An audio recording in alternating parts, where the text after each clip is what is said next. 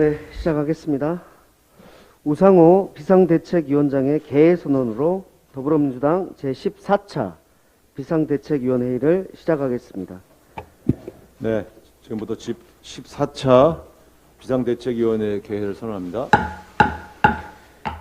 먼저 우상호 비상대책위원장의 모두 발언이 있겠습니다.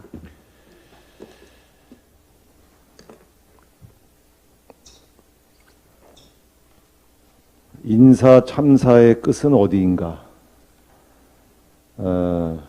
공정거래위원장이 자진 사퇴했습니다. 지금 문제가 되신 분들을 자세히 들여다보면 공통점이 있습니다. 일단 지인 찬스를 쓰신 분들이 주로 낙마하고 있습니다. 정호영, 또 이번에 공정거래위원장에 이르기까지 지금 인사를 발굴하고 검증하는 시스템이 지금 문제가 된 게 아니냐 하는 국민들의 지적이 있습니다. 길게 말씀드리지 않겠습니다.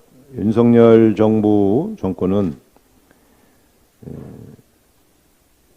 인사 시스템에 대한 재정비를 좀 하셔야 될 것 같습니다. 인사를 추천받고 검증하고 이 전체 시스템의 설계가 잘못된 것이다. 저는 그렇게 규정을 하면서 이 시스템을 바꾸지 않으면 이 참사는 계속 반복될 수밖에 없다. 저는 그렇게 경고합니다. 짧게 말씀드립니다. 시스템을 개선하십시오. 어제 제가 대통령 임기와 임기제 공무원의 임기를 일치시키는 이 제도 개선에 나서자 이렇게 제안했고 상당히 많은 언론이 사설로 동의를 했습니다. 국민의힘의 반응이 지금 약간 애매합니다. 취지에는 동의하나 서두를 일은 아니다. 이런 입장을 어제 발표를 한 걸 보고 이게 뭔 소린가. 취지에 동의하면 서둘러야지. 취지에 동의하는데 서두르지 않겠다는 얘기는 무언가.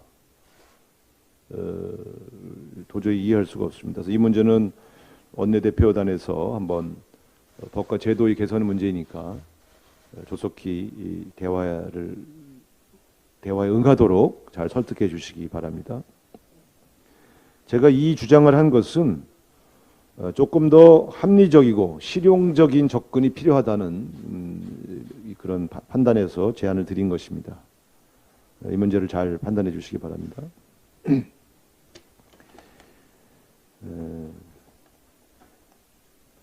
비대위 지난 한 달간 당의 안정과 화합에 주력했다면 남은 기간에는 당의 혁신을 제도화하는 데 초점을 두도록 하겠습니다. 이를 위해서 저는 당원 청원제도 도입과 인재 육성 시스템 구축의 두 가지 방안을 제안드렸습니다. 당내 민주적인 의사소통 강화와 좋은 인재의 자체 육성은 당의 미래를 떠받치는 그런 기둥이기 때문입니다.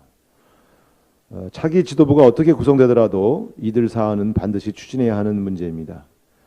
앞으로도 당의 혁신과 관련되어 있는 여러 좋은 의견들을 반영해서 몇 가지 더 제안 드리도록 그렇게 하겠습니다. 이번 주 수요일 날 13일 날은 중앙위원회를 개최하고 17, 18일 후보 등록을 시작으로 전당대회가 본격적으로 시작되는 주간입니다. 8.28 전당대회가 민주당의 새 출발과 5년 뒤 정권 교체를 향한 시작이 될 수 있도록 전대 준비에 만전을 기하겠습니다. 출사표를 던져주고 계신 모든 후보님께서도 혁신 경쟁, 정책 경쟁을 통해서 민주당의 내일을 활짝 열어주시기 바랍니다. 이상입니다. 네, 다음으로 박홍근 원내대표의 발언이 있겠습니다. 취임 2달 만에 윤석열 대통령의 부정평가가 60%를 넘었고 지지율은 35% 밑으로 내려갔습니다. 급속도로 지지율이 떨어진 가장 큰 이유는 단연 인사였습니다.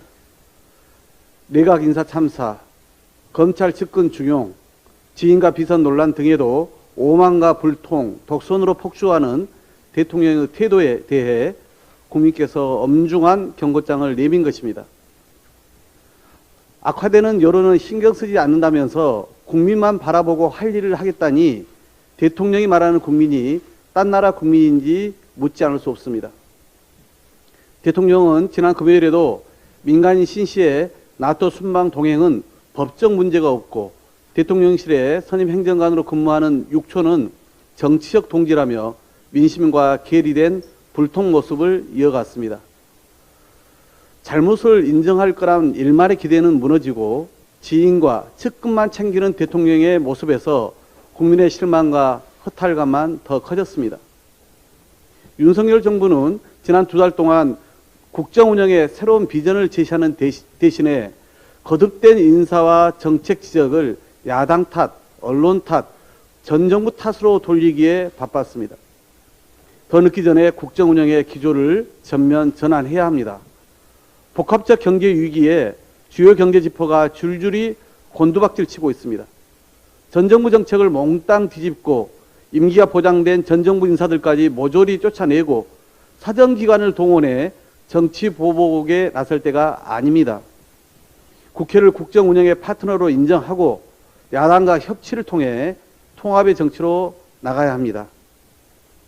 민생 경제 위기를 극복하려면 모두가 힘을 모아도 쉽지 않은 상황입니다. 윤 대통령은 2달 전 취임 때 야당을 적이 아니라 국정 파트너로 여겨야 한다. 갈라진 민심을 아우르며 미래로 보고 가야 한다고 했던 선배 정치인들의 고언을 부디 되새기길 바랍니다. 불공정의 부실 검증까지 더해진 윤석열 정부의 인사 참사가 끝을 모른 채 이어지고 있습니다.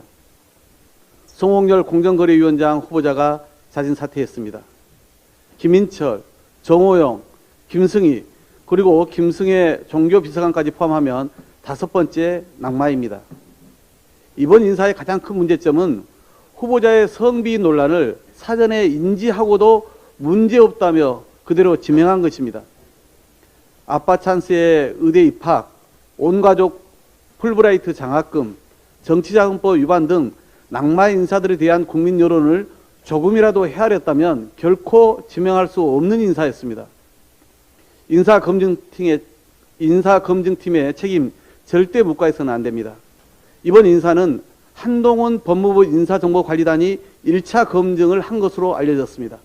이후 이시원 공직기강비서관실이 최종 검토해 복두규 인사기획관과 이원모 인사비서관이 있는 인사비서관실로 결과를 전달해 대통령의 재가를 받은 방식입니다. 법무부 장관 직속의 인사정보관리단이 처음으로 검증한 결과이고 인사검증 책임선상에는 하나같이 대통령의 검찰 최측근이 자리 잡고 있습니다. 대통령은 거듭된 부실검증과 인사 책임에 대해 분명하게 책임을 물어야 합니다. 또한 인사 기준과 검증 방식 또한 원점에서 재검토할 것을 촉구합니다. 윤석열 대통령이 금융위원장 후보자 임명을 강행할 가능성이 높다고 알려졌습니다. 불통과 독단을 넘어선 5기 인사입니다. 지금 국회는 여야 간 원구성 협상이 한창 진행 중입니다. 국회 정상화에 적극 협력하고 인사청문회를 기다리는 것이 상식입니다. 더 이상의 국회 청문회 없는 임명 강행은 국민이 용납하지 않을 것입니다. 원구성 협상이 국민의힘의 내부 갈등과 의도적 지연술로 인해 진전이 전혀 없습니다. 오늘 중에도 타결되지 않는다면 민주당은 국회의장께 시급한 민생입법 처리를 위한 민생경제특위와 함께 공직후보자 국민검증을 위한 인사청문특위 구성에 바로 착수해 주실 것을 강력히 요청하겠습니다. 이상입니다.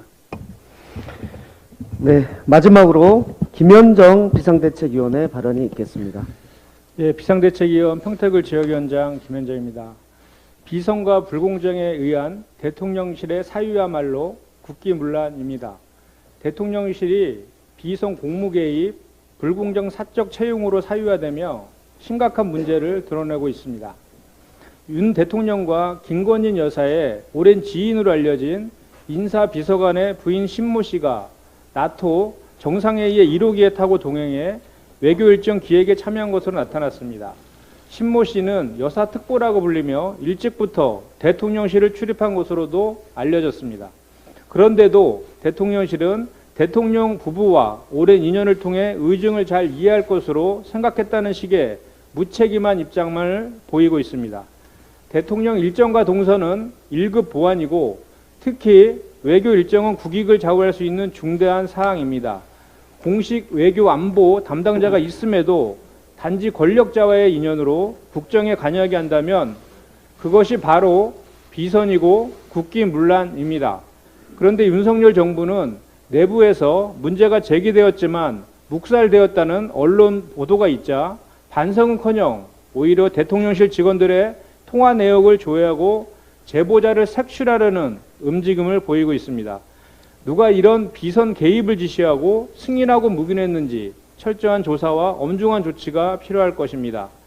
또한 김건희 여사가 운용해온 코바나 콘텐츠 직원 2명이 대통령실에 채용되고 대통령의 외가 육촌 동생이 대통령실 선임행정관에 임명되는 등 불공정 사적 채용 문제도 곳곳에서 나타나고 있습니다.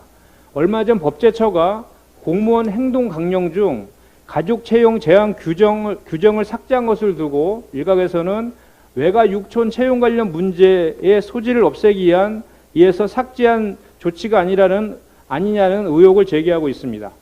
대통령실은 법적으로 문제가 없다는 입장이지만 이러한 대통령실 운영이 공정과 상식, 국민의 눈높이에 맞지 않는다는 것은 너무도 명백하다 할 것입니다. 윤석열 정부의 법치는 성역, 반칙과 특권이 존재하는 불공정한 가짜 법치라고 할 것입니다. 비선과 불공정에 의한 대통령실 사유야말로 중대한 국기문란입니다. 윤석열 대통령이 직접 국민께 사과하고 재발 방지를 약속하기 바랍니다. 윤석열 정부는 민생을 볼모로 한 정치공작, 정치보복을 멈추기 바랍니다. 윤석열 정부가 검찰에 이어 국정원 장악에 열을 올리더니 전윤 국정원장들을 근거 없이 고발 수사하며 정치보복을 노고라 했습니다. 국정원 1급 간부들을 전원 대기 발령시키는 초유의 사태를 벌이더니 윤 대통령 복심으로 알려진 조성준 전 검사장을 기조실장으로 임명하고 감찰실에 검찰심의관실을 신설해 현직 부장검사를 임명하며 국정원을 검찰공화국의 시녀로 만들었습니다. 이러한 배치가 끝나자마자 제대로 된 확인도 없이 박지원, 서훈 전 국정원장을 서해 공무원 사건의 기밀 무단 삭제 등으로 고발하며 일사불란하게 수사에 나서고 있습니다. 그러나 해당 기밀은 원본이 보존되어 있고 관련 없는 사람들에게 전파되지 않고 필요한 곳만 접근할 수 있도록 적절한 조치를 취한 것으로 오히려 이러한 조치를 취하지 않는 것이 문제라고 합니다. 더군다나 해당 기밀의 삭제 권한은 국정원이 아닌 국방부에 있습니다. 그런데도 윤석열 정부는 대통령실이 나서서 중대한 국가범죄로 주목하고 있다며 노골적으로 수사에 가이드라인을 제시하고 있습니다. 정치검찰, 정치시녀 국정원을 만들자마자 본격적인 정치보복 행보에 나선 것으로밖에 볼 수 없습니다. 국민 대다수가 윤석열 정부를 검찰공화국으로 인식하고 있고 취임 2달이 안 되어 지지율이 30%대로 떨어졌습니다. 많은 국민이 정치검사 기용 등 인사와 경제, 민생 문제를 지적하고 있습니다. 한국경제고통지수가 8.8로 2008년 금융위기 당시 9.0에 근접하고 있고 코로나가 재확산되어 매달 20만 명이 전망되고 있습니다. 고물가, 고금리 여파로 서민들은 이자 부담, 소비 위축, 경제 침체 우려가 확대되고 있습니다. 이러한 총체적 경제난국인데도 불구하고 60일째 무대책으로 일관하며 부자 감세, 긴축 재정 등 실패한 MB 정책만 재탕하고 있습니다. 정부 여당은 국민은 안중에도 없이 민생을 볼모로 한 정치 공작, 정치 보복을 당장 멈추기 바랍니다. 이상입니다. 네, 이상 모두 발언을 마치겠습니다. 회의를 비공개로 전환하겠습니다. 원로인